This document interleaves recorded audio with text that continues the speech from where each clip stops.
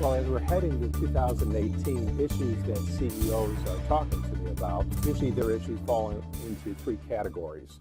Fall into technology, the new economies and buying behaviors, and also government regulation. Well, I think technology remains an enabler in our industry. It's the new uses of technology that are the disruptors, and we've seen that with automation, we've seen it with the use of drones, telematics, big data, the Internet of Things.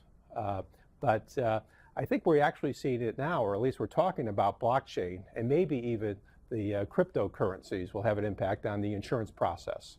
So we keep a close eye on these changes in technology. We've updated our programs, we've built out our infrastructure, all so we can respond effectively to the challenges that they're going to present. Recently, we've launched a special team that's going to study insurtech trends on the industry, and that will help us provide greater guidance and also some real value to our member companies. I think the most obvious changes over the last several years is the sharing economy.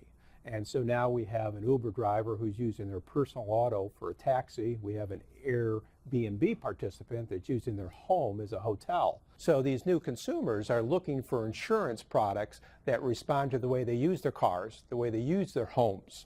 And for those companies, I think that can respond to those challenges. It's a tremendous opportunity. The insurance industry is going to have to continue to navigate changes in regulation.